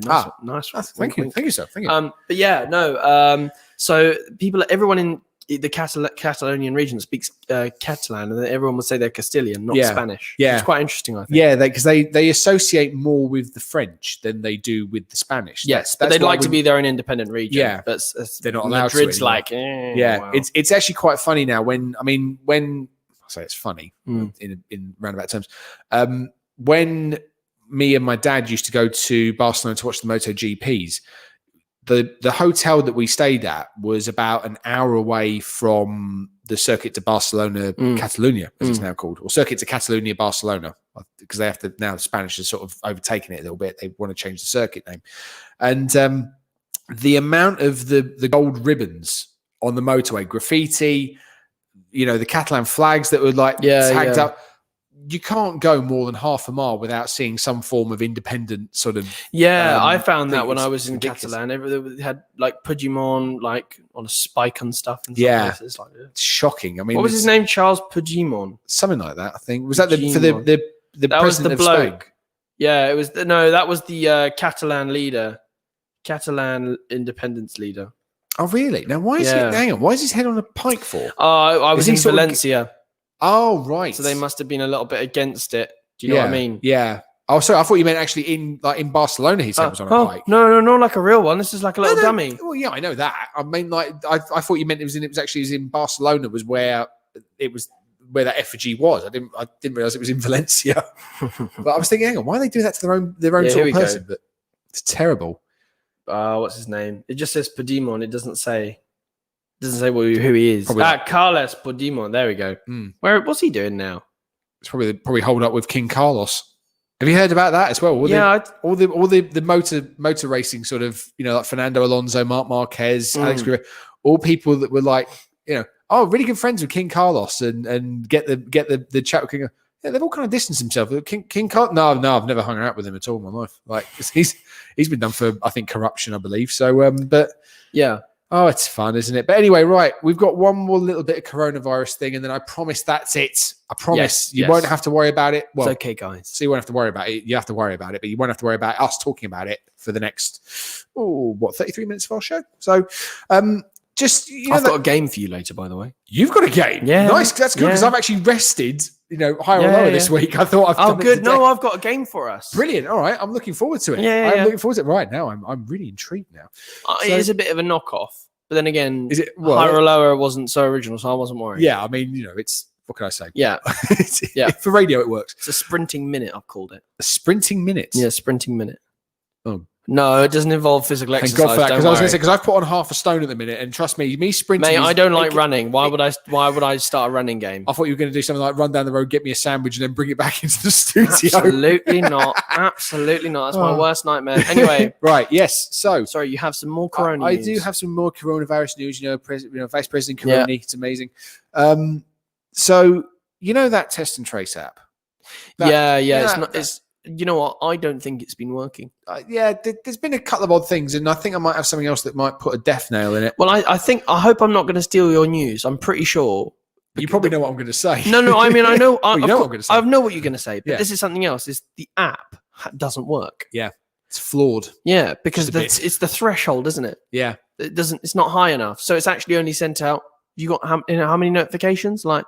Well, I had a notification. I said about this. I think it was on At last week's show. midnight, yeah. Midnight, saying I've been in contact with someone. I need Self-isolate, mate. Yeah, but it turns out it's a glitch, and it apparently sends it out every night. No, but I just, that was this the first is time I another clocked thing. it. Actually, is that the app's threshold level is set too low, so it's barely been sending out any alerts anyway. So what does this mean? Like, it's if you've been in contact With with someone, it won't tell you, so it doesn't work. So you've got to be in contact with a certain number of people before it tells you. No. Just the threshold in distance and Bluetooth scale. Oh, right. It's actually too low, and so therefore, if you've been in contact with someone that does test positive 2 days prior, then it won't tell you because the threshold on the app has been set too low this entire time. So they fixed it now, so it works now, and it's sending out alerts. But they were like, I wonder why it's not sending out any alerts. Oh, Do we factor in that 2 meter distance thing that we've been telling everyone to do since March? No. Oh boy. Oh, Prime Minister. Yeah. So we've got a little problem, Boris. There's another one. A small problem. Lock him up. Put him in lockdown. Right. So yeah. Well, the thing is, nobody could get a test, so people were because everyone's like, oh, well, I mean, there's no really need to sort of beef up the testing because everyone's self-isolating anyway. Exactly. That's it. That's what what was in Spitting Image? What have we all done? We've locked them up. That's what we're going to do. Vote winner. Hashtag vote winner. So hello, Priti Patel. So yes, I've got another little tidbit for the amazing test and trace app. So more than 7,000 people have been given the wrong dates for self-isolation by the test and trace service. It's raising further questions about the competence of the troubled service. An error in the software used by test and trace meant that contact tracing service gave contacts of people who had tested positive for coronavirus the wrong dates for the start and end of their quarantine. A total of 7,230 people in England were affected, and the Department for Health and Social Care has confirmed to Sky News. Most were contacted with new advice, but when their self-isolation period should have ended, but 2,455 individuals had already finished self-isolating before they could be reached. It's not known whether they were told to end their self-isolation too early, thereby putting friends, family, and colleagues at risks, or too late, causing unnecessary mental and physical and financial hardships. I mean, what else could go wrong? I mean, all right, I know we've got 2 months left of this year, but yeah, that's literally what we're going to. Should we just do that now? Everybody who's within the sound of our voices, just smack your head against something really hard for a few minutes, kill off a few brain cells, and you'll still be better and more smarter than the people who are doing this test and trace app. Come on. I'm sorry. That's if 2020 was described in a year, Britain : that is Britain at the minute. Yeah. I'm surprised we haven't got a call in, just absolutely having a vent off to us because I it's know. just all going so terribly. It's like, I mean, we thought at the start of the year, okay, right, we didn't put Jeremy Corbyn into power. A lot of people were like, thank God we didn't let Jeremy Corbyn into power, right? And everyone was thinking lesser of two evils. Very, very happy. Massive spending plans. Very, very worrying time. Yeah. And it just that's literally it. It's just, if 2020 was a sound, yeah, that's literally it. Or if yeah. 2020 was a Futurama character, it'd be Kiff, wouldn't it? It'd be The going, thing is, every conversation I have about coronavirus, and it's like, what are you going to do, mate? Yeah, that phrase comes up so often, and it's on a lot of people's minds as well. it is getting to that point now. If you think, like, it's we're living with it. But this is the scary thing. It's complacency. That's the scary From thing. who? Well, I think from people who are going, what are you going to do, mate? There is a little bit of complacency coming. I would It's say like, there okay, is, we are because going people- to do this now. This is going to be Yeah. it. So It's kind of what happens next. Lockdown's going to cost us £1.8 billion a day. Yes, I saw that. £1.8 billion a day to prop up everybody. the country. Yeah. Like, that's insane. It makes you that kind of puts into context when we first came back in the studio after lockdown had kind of eased. It puts in perspective how we racked up £400 billion of debt in 4 months. There's the reason why. Yeah. Because it's 1.8 billion a day just to keep us going. At the minute, do you remember we had a very long conversation the other day where I sort of walked you through like what is quantitative easing and all that stuff? Well, the Bank of England is worried that the quantitative easing, they want to do a new round of it to stimulate the economy. It's not going to be very effective, they're worried. So they're thinking about doing negative interest rates. Oh, no. I.e., you now have to pay to use your bank account. No, thank you. No, thank you. Yeah. So actually, in fairness, maybe people cotton on that. That's why when I went to actually view a property the other day, there was actually a queue outside of the bank that was not just a socially distanced long queue. It was a long queue. It was even with, if you took out the two, there was about 20 to 25 people. And it's obviously getting ready to withdraw money or put money back in. I'm keeping, basically, I've got this app called Clio, right? It's this little money AI assistant. It's like £2.99 a month. It's great. Okay. And they've got like a little keep money away from myself thing. And the interest rates in the bank at the minute are so low. The majority of my money now stays in my Clio pot away from me. So I can't spend it. So it's like a trust sort of thing. But you don't get any interest on it. It's just a holding location for it, which I'm fine with because it's also covered by, I checked this, it's covered up to £80,000 by the FS. Yeah, whoever it is that guarantees you up to £80,000 in your bank account. Do you know the only thing I would say on this, and this is something that I actually realised because I ended up inquiring about a loan the other day. The guarantee, the FSA or FCA, whichever it is, the guarantee, it only counts to you. It only counts for £80,000 in that bank. So let's say, for example, you had £80,000 in a NatWest account, and you've also got £80,000 in or let's say £80,000 in a Halifax account, and £80,000 in a Royal Bank of Scotland account. Okay, it's the same bank. What? So you is Halifax owned by RBS? Yeah, I believe it. Yeah, HBOS, Halifax Bank of Scotland. Ah, so basically, I didn't know that. Same with Coots as well. Well, I mean, if your mate's got a Coot card, he's got a lot of money. Yeah, he's not really fussed about it. It's quite funny because my best mate Max, he has a Coots card because his dad's a banker, and so he's only allowed banker. Everybody, yeah, he's only allowed to deal with that specific bank for various reasons. Yeah, and it was quite funny. I was watching Top Gear, the new season. Yes, and Paddy McGuinness. Paddy McGuinness says, "Oh, look at you! Look at him with his Coots cards." So I sent that to my mate immediately. I filmed it and sent it to my mate because I thought this is too funny. But I always take the mickey out of him for having a Coots card. And I'll be brutally honest with you. Chris Harris, no disrespect to him, I love the guy, would not have expected for him to have a Coots card. He's loaded, that means. Well, he's a race driver, isn't he? So yeah, is he a race driver? Yeah, he is he's not just a journalist; he's also a racing driver. So basically, for those who don't know, for those who live at Coots is the Queen's Bank. The fancy bank. Yeah, you have to have a minimum of £500,000 before you can open an account. So if you don't have £500,000, you're not getting one. It's I mean, my uncle's got one. I mean, he was former compliance officer at Chase Manhattan.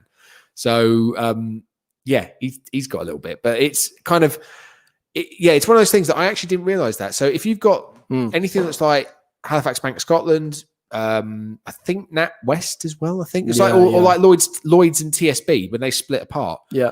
If you've got £80,000 in your Lloyd's account, you then... Was that because they were too big as a bank? Is that why they got split up? It was for competition reasons. Yeah, they split them up, didn't they? Yeah, because they were too big. Yeah, so they're still the same company. Yeah, they just spun off. Yeah, that's it. Yeah. But so basically, if you've got any of your money in like anything like that, you might want to shift some of it.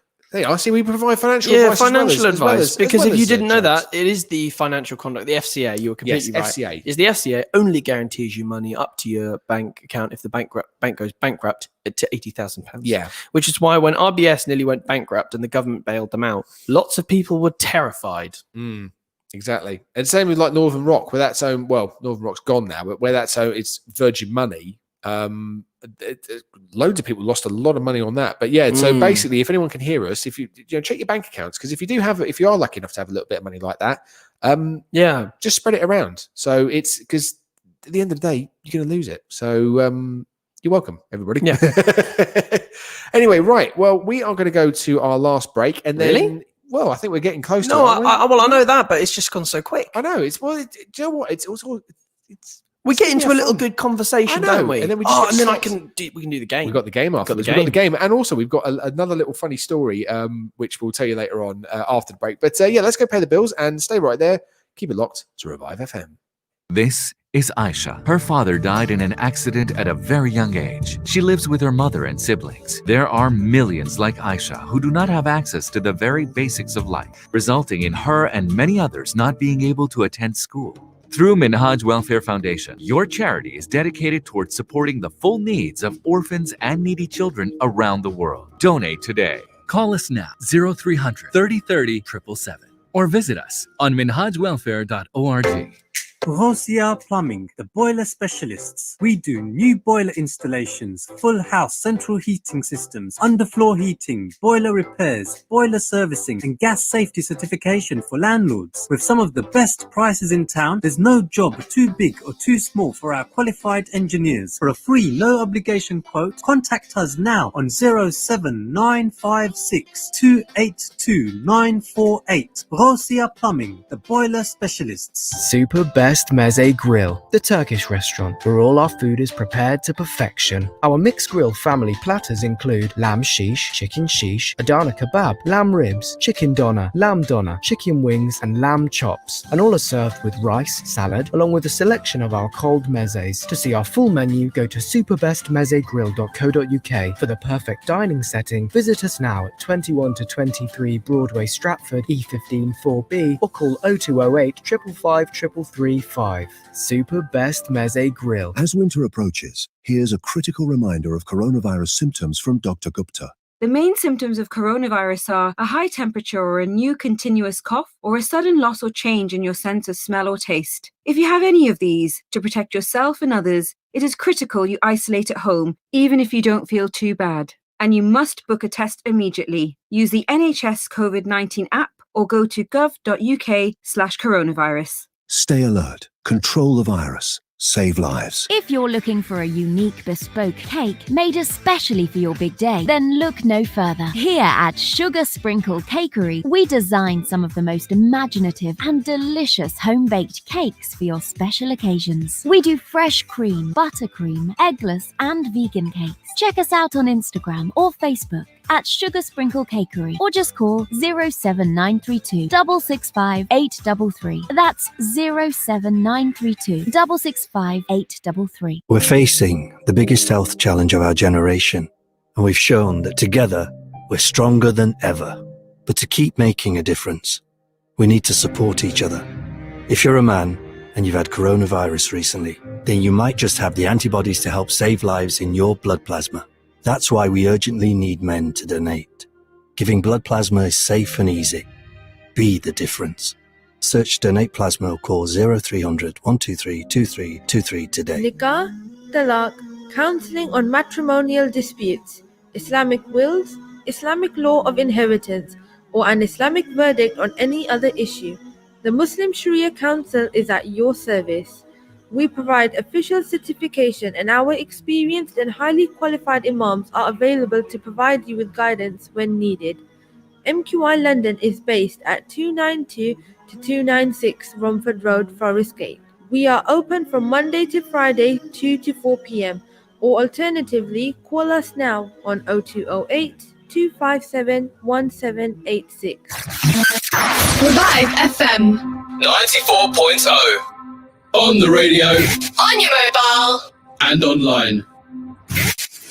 Hello there. Welcome back to Revive FM. It is the last part of your Tuesday drive time. My name is Thom Hutchinson, and I can't believe I'm going to say this, but for the last time for potentially 4 weeks, I am here in the studio with my amazing co-host, Henry Scott. It's going to be, I was just saying when we're on the break, it's going to be so weird coming in. There's going to be no one here. Well, I mean, it was quite weird having you online because it was sort of like I was on a really long FaceTime call. Yeah, it was.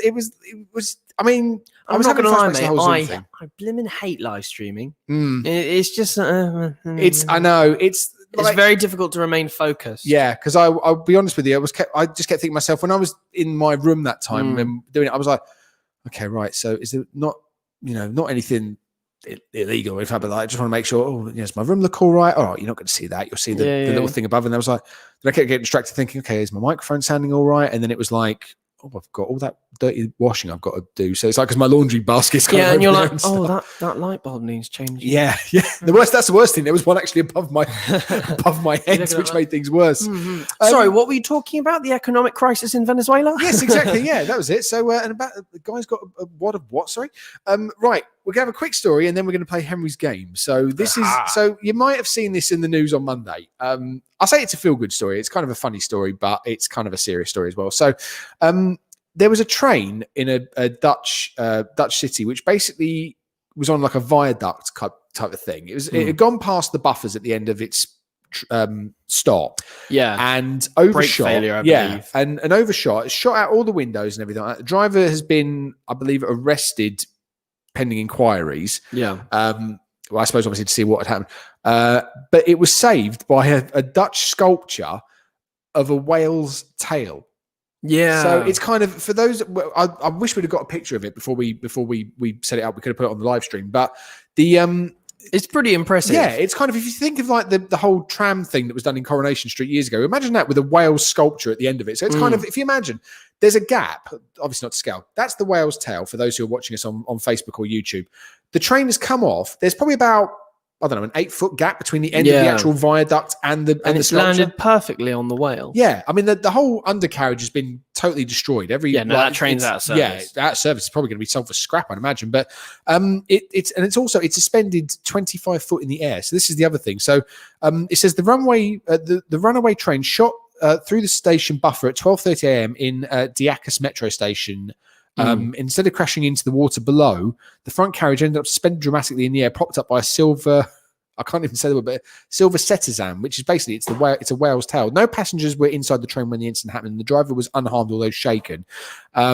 The undercarriage of the train, as I said, was completely ripped to pieces. And the best thing is, on the train's display, it said, sorry, no service. But the best thing you're not getting much service out of a broken train that's stuck on a whale, are exactly, yeah. Well, apparently, they're now actually questioning, was the driver having a whale of a time? But sorry, I couldn't help myself. Oh no, no, not gonna lie, that was pretty funny. Because funnily enough, yesterday we all had these spots to stand on because I was doing socially distant choir performance. Oh, okay. And it's like, I really feel as if I've been put on the spot here. First choir rehearsal back. Just think, you're gonna miss this live for 4 weeks, everybody. But the best thing was, this is, I think, the best quote, because they can't get a crane in to lift the thing off because obviously it's surrounded by water. So a Dutch police spokesman said it will be quite an exercise. It will take some time, but for the moment, enjoying it, chilling there. Exactly. But the best thing is the architect who designed it, I'm probably going to butcher their name, Martin Straigis, I think I say that right, has said the statue was not designed as a safety feature. I mean, how would that work? There's always a silver lining, isn't there? Or in this case, a silver tail. But anyway, so that's kind of our little game. Now, Henry, you've got a game that you want to play. Now, to be honest, I am totally plagiarizing this, but I remember playing it on very long car That's all right, mate. I've been doing so sort of instead of calling it another quite famous game show that you hear on the BBC, I'm calling it a sprinting minute instead of a minute.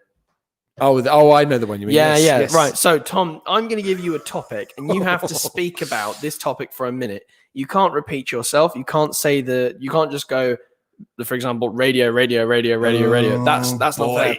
And I'm allowed to call out hesitation, in which case it befalls to me. Okay. So if I call it hesitation, now normally it'd be brilliant if we had an arbiter in the studio with us, but alas, we are not allowed to, thanks to coronavirus. Yeah, so it's just going to have to be on a trust-based system and perhaps a little bit of arguing. And leave it up to the viewers. Yeah, because I was thinking, you know what, it might be a little bit of a fun game, and the audience can sort of get involved if they want. Call in if you like. Exactly. The number is 0333 444 0940 0333 444 0940. Come play a sprinting minute with us. Exactly. So, Tom, are you ready for your topic? As I'll ever be. Okay, and your topic is animals. Okay. I'm going to start the clock. You must talk for a minute about animals in 3, 2, 1, go. Okay, so animals. There are many animals across the animal kingdom around the world. Hesitation. Oh, come on. You fluffed over that sentence. That was 4 seconds. All right, we're talking animals, yeah. All right, so okay, right. So we've got the timer in here. So let's wait for it to get around. So no, I've got it on my phone. I'm being okay. properly sensible though. Don't worry. Okay, right? then. So you're going to talk about animals. Yeah. All right. Let's go in 5, 4, 3, 2, and go.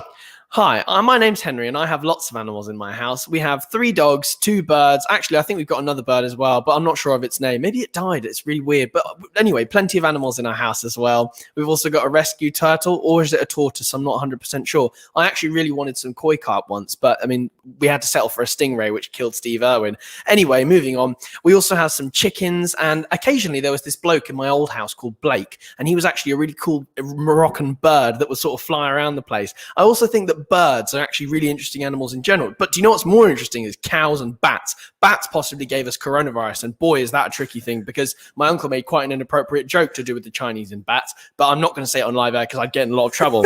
Anyway, moving on from cows and bats, I think it's time to really start talking about the real issue at life, which is alligators. Alligators and spiders. Who would want alligators and spiders in their houses? They're disgusting. They're really rude. And that's a minute. No, it's not actually. You've got 3 seconds left. No, it's a minute. It's a minute.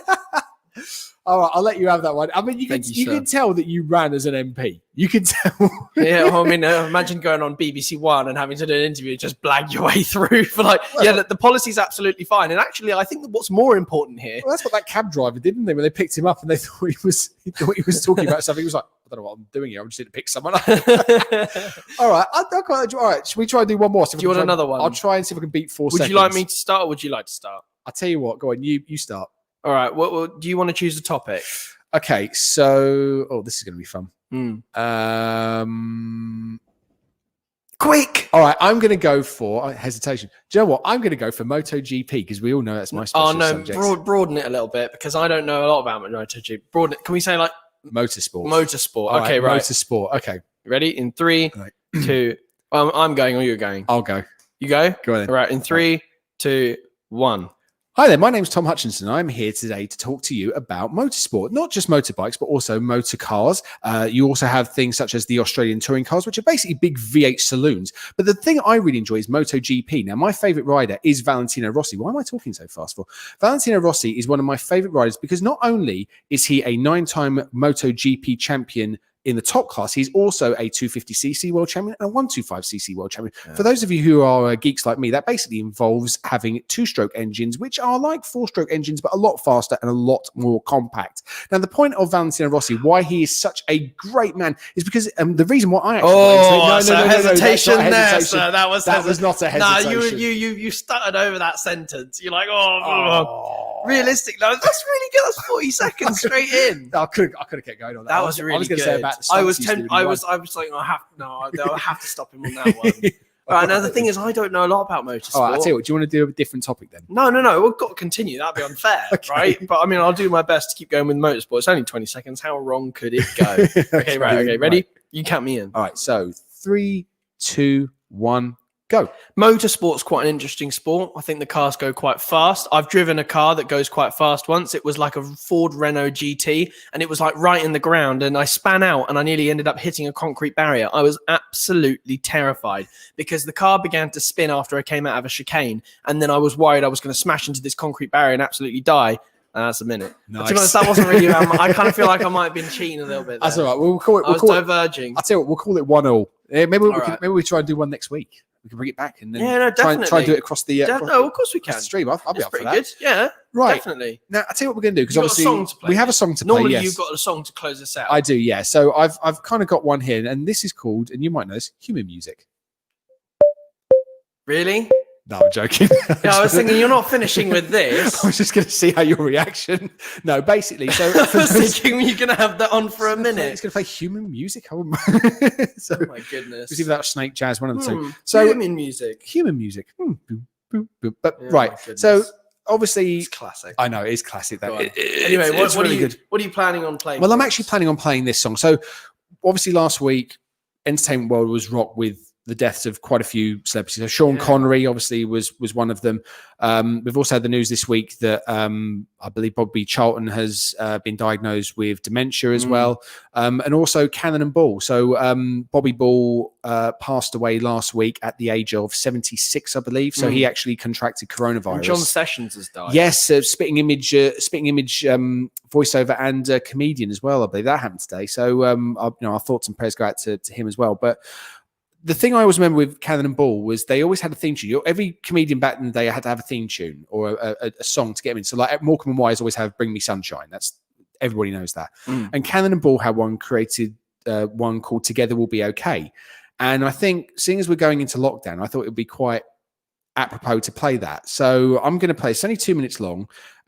Those of a certain era will know what I'm talking about. So we're going to say, Bobby Ball, thank you so much for the for the laughs and the memories.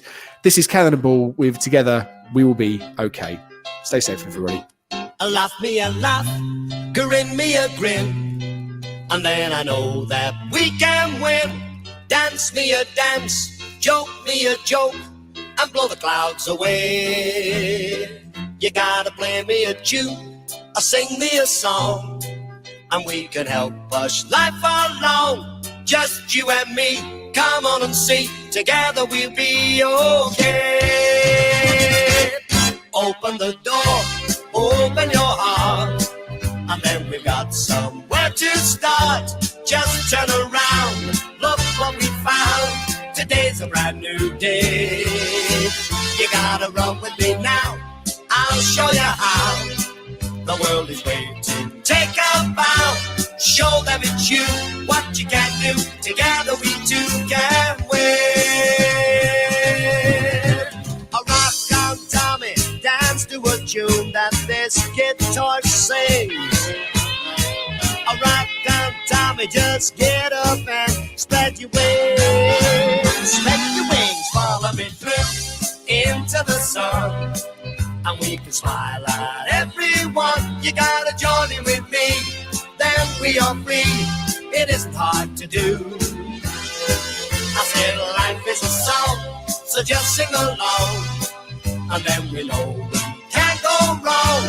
Just you and me, come on and sing. Together we'll be okay. Together we'll be okay. Together we'll be okay.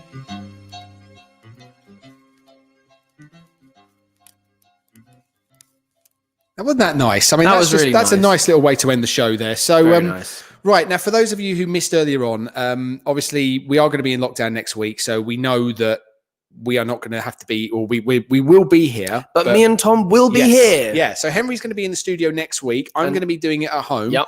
And then we're going to swap over next week. So I'll be in the studio and Henry's going to be at home. And so me and Tom are going to be supporting you throughout this entire time. We're going to be making sure you've got plenty of good exercise tips, how to work out in the winter, home workouts. Are they really that bad? I mean, they are, but in my opinion. But also, lastly, one extra thing is how to stay positive, because winter can be quite a depressing time as well. Exactly. So everybody, remember, it's 4 weeks. We've done 4 months. 4 weeks. 4 weeks. Just look after yourselves. Look after those who need. Don't panic buy, please. And Revive FM will be here this whole time to support you guys through it, giving you the latest updates, mental health tips, and well-being tips. Exactly. So everybody stay safe, and we will see you next week. Bye-bye.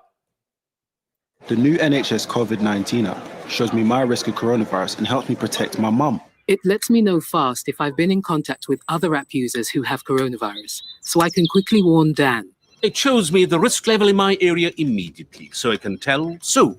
It helps me protect all my loved